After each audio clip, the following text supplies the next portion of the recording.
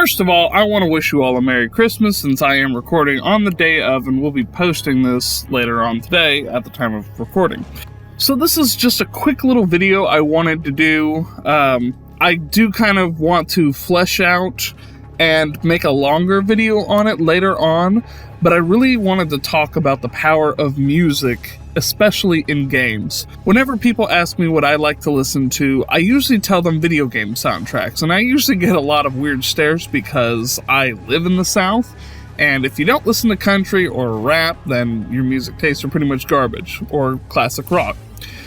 But I tell people that I like to listen to video game soundtracks because I love the sound, like orchestra type stuff, where it's just instrumentals.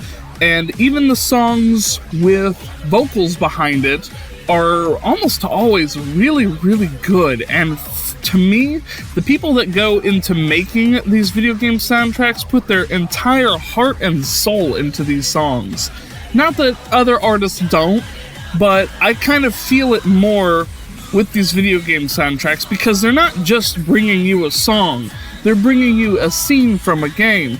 They're bringing you character introduction, character backstory, character motivation. And the reason that I'm making this short little video today is to talk about Devil Trigger and Bury the Light. Now, I had heard all about Devil May Cry for the last however many years that I've been playing games, but I've never really gotten into playing them. But last year, I believe, whenever Devil May Cry 5 came out, the song Devil Trigger was released with the trailer. I didn't watch the Game Show Awards or E3 or wherever the song was actually first introduced. I actually first heard the song through somebody doing a AMV of Ruby, with Devil Trigger on it. And I was like, okay, I really like Ruby, and so I want to see what this Devil Trigger is. So I listened to it and listened to it and listened to it, and I'm like, wow, this song is really cool, but I know it's not in Ruby. Where is it from? So I did some digging, and then I saw Devil May Cry 5. It led me to watching more gameplay, to watching more of Devil May Cry, and that plus the interviews that I've heard over the years about how Bayonetta, which is one of my favorite games of all time, Bayonetta 1 and 2 are both really amazing, but it was made by the same guy that made Devil May Cry, and he made the character action genre. So, some time goes by, I'm like, okay, I'm just content with listening to this for now.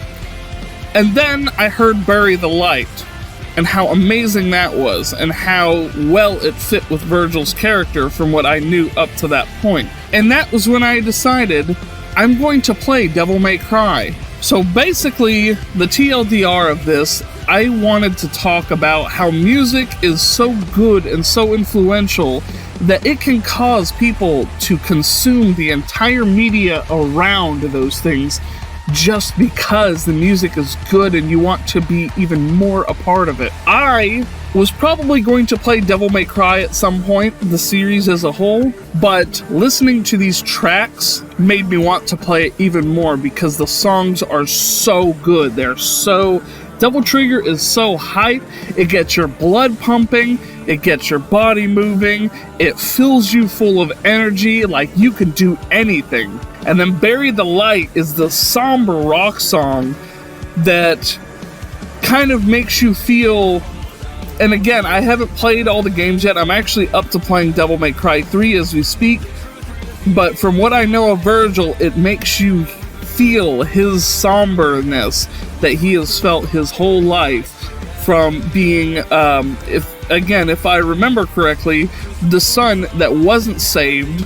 Dante was the one that was saved, Virgil wasn't, and it caused him to become angry and bitter.